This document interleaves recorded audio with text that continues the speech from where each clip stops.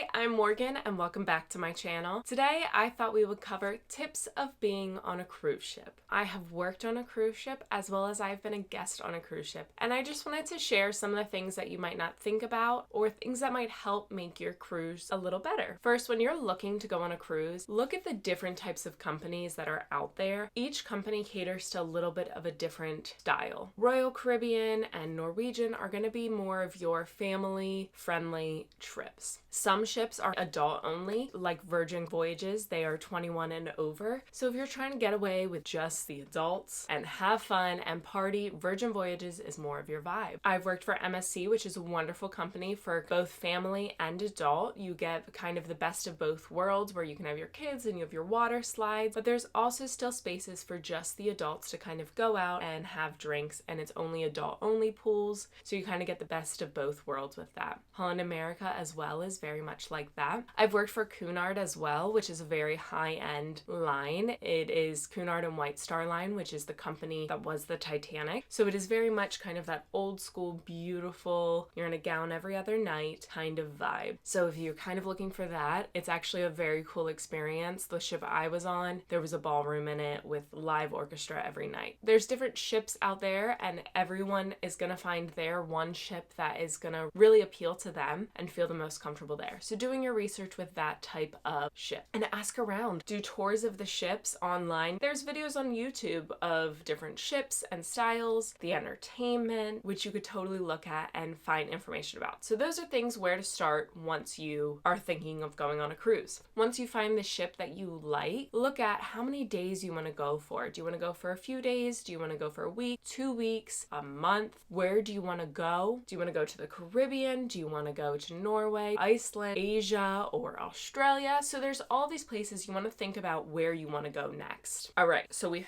picked the ship, we've picked how many days, and we've picked the place we want to go. Now think about time of year that you want to go. You might want to go in summer and you might want to go to the Caribbean. Let me tell you, being in the Caribbean in summer, it is hot. Think about that. Think about the temperature of where you're going. You want to go to Iceland? Amazing. Maybe don't go in September. It's a little colder. Thinking of things like that, really doing your research of where you're going and the time of year. Is it more touristy then? Is this week a week where it's spring break? So kind of thinking of things like that you might not have initially thought about when picking a cruise. Once you've picked the cruise, your date, your time, all of that, and you start to book, look at the pre-packages that they come with. So there might be for $100 more, you might get your drinks packages included with booking. You might get your restaurant package deals. So look at packages like that. Say you find a deal where it's better to get the drink package ahead of time, do it. You're gonna want to get the drinks package. And if you don't, you're gonna want to probably get it when you get on board. Now, the first day or two, they're always kind of offering promotions for those drinks packages, the restaurant packages, things like that. The drink package we think of and we say, oh my goodness, all of the alcohol, I might not be drinking at all. I have kids. Your drink package is also going to include like your soft drinks, your coffees, your teas, your waters. So that is something that you are going to really want. You might not need it for everyone, but you're going to want it for at least one of you and your family. And a lot of the times that is by room. So you get your drink package, each person in your room is going to get that drink package. Some can get a different one than the other. When you're booking your cruise, look at the restaurants that they have on board. So there's always going to be the buffet and like 1 or 2 restaurants that everyone can go to. Then there's going to be specialty restaurants. These specialty restaurants, you will pay more than what your baseline cruise is. So look at the different restaurants. Is it an Italian one? We had a hibachi grill on my ship I just worked on, which was so incredible and so amazing to go to. It truly is a show when you go to hibachi. And how many people get to say they went to hibachi grill on a cruise ship? Those extra restaurants are going to be more than what your baseline you're paying for your cruise. So that is something that in your packages, you might be able to go to 3 of the 5 restaurants for a flat fee. With those restaurants, when you're booking, if you see a restaurant that you really want to go to, then book that. You can always cancel it. These restaurants fill up really quick. Or do your research and then book it your first day of your cruise. Try to plan out your week. You can always cancel your reservation. You can always change your reservation. But these specialty restaurants are specialty for a reason, and they're gonna fill up quick. And think about not only for dinner, but think about lunch. If it's a sea day, you might want to go to the nice Italian restaurant at lunch rather than dinner, because dinner's gonna be more full. When you are booking your cruise and you get your confirmation, excursion. If it doesn't say anything about dress code, maybe inquire about that. Now, I'm not saying it's like a school where you have to wear like a specific type of thing. No. Dress code will be for certain nights, certain areas that you're in. You won't be able to wear your swimsuit in the buffet without shoes, kind of like those things. But also for formal night or gala night, depending on what the ship is going to call it, certain restaurants you won't be able to go to unless you are covering those dress codes. Men will normally have to wear a suit jacket. Women, you either wear gala dress, a suit. You can't wear flip-flops, ripped jeans, t-shirts, kind of thing. Normally the buffet doesn't have any dress code, but normally the restaurant, you again can't wear like flip-flops or ripped jeans too. Just check with what your booking is. It's gonna let you know. Also, a lot of ships have theme nights.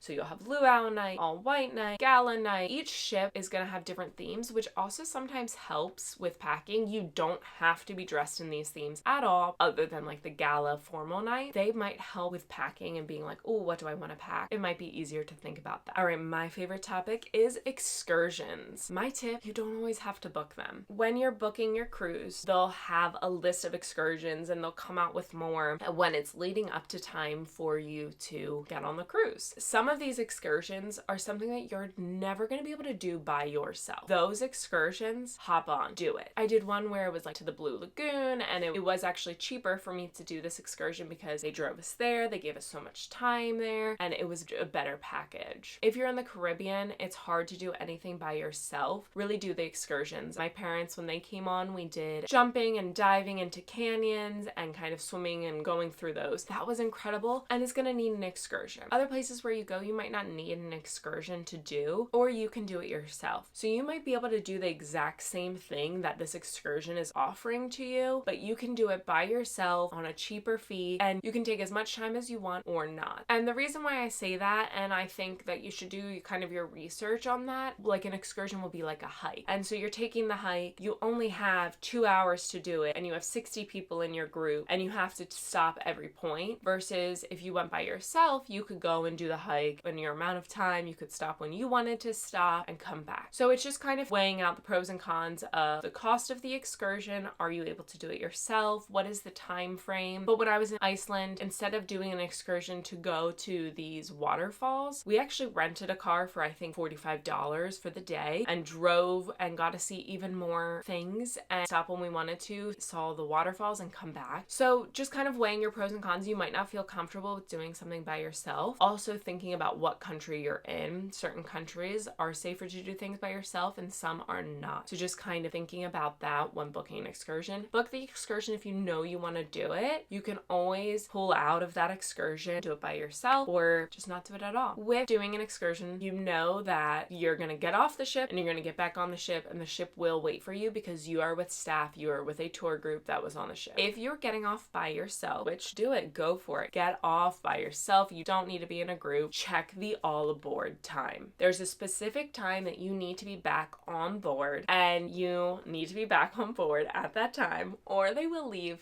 They will leave. Not saying you're a minute late and they're just gonna sail away and they're gonna go. No, but just be conscious of that time. They are gonna look for you. They're gonna try to get a hold of you, but get on at that all aboard time. With that being said, say 5 o'clock is the all aboard time. There's gonna be a long line at probably 4:30. So kind of take that into account when you're coming back on board and you're planning your day. Maybe you don't want to wait in the long line and try to come back at 4 or 3:45 rather than 4:50, because the line's gonna be really long and it's kind of going to be annoying. Also, kind of in reverse, you're going to be able to get off at a certain time. So each day they'll say, oh, you can get off at 9 o'clock. They will make an announcement if it's a little earlier, you get into port a little earlier, what time, if it actually is 9 o'clock. Think your ship has how many people on it. There's going to be a lot of people trying to get off at 9 o'clock. So either be proactive and be waiting by the gangway, which honestly is a little stressful for crew, or get breakfast at 9 and get off at 9:30, 9:45. Avoid waiting in line. You could have been doing something on the ship, and then get off and enjoy your day. It kind of helps you just not wait in line, because waiting in line is not the most fun. All right, my last thing to share about cruise ships is be really nice to the crew. Talk to them. If they're your wait staff or your bartenders, tip them. A lot of the times on your cruise, it will say, oh, there's a $50 gratuity every day. That's tipping your bartenders and your waiters. But if you have the same waiter every day that's really kind to you, you can give them a cash tip, or you can give them candy or something nice from being out and about. It just means a little extra special to them. They don't really get tips. It's added into their paycheck. So just kind of think about that and also talk to them. Be really kind. A lot of these people are missing their families. When you go on cruise, it's a long contract. It's 6 months, 8 months, and we're doing work all of that time. We don't get a vacation day. Your vacation is when you get off after those 8 months for your 2 months before you get back on, and that's your time to see your family, your friends. Performers are very lucky because we get to have our family and friends come on board and we get a little bit more freedom. People who are doing kind of the everyday waiting and staff, they work every day. They work really hard. They miss their families. So talk to them, be nice, be kind. You might be having a hard day. They might be having a hard day. They might mess up something. Just kind of give them grace. This isn't a vacation for them. Yes, we get to go out at port, but just be really nice. Maybe you met someone who is super nice to you and remembers your order every day. Go to like a luxury chocolate place and bring them back some chocolate. Give them an extra smile that day. Ask about their families. We always love to share about our families. It's just kind of is more personable, and it's just really kind when people do that. It makes our day. That is my last tip. If you take anything, please be super kind to people. I hope that this helped you and gives you extra tips to kind of go through all of this and enjoy your cruise. If you have any questions, leave them down below. If you want me to cover something else, let me know and I totally will. Enjoy your travels. Check out my other videos on bags to pack, things to travel with, must-haves, all of that. Subscribe down below. Hope you have your safe and healthy travels and a good rest of your day. Bye!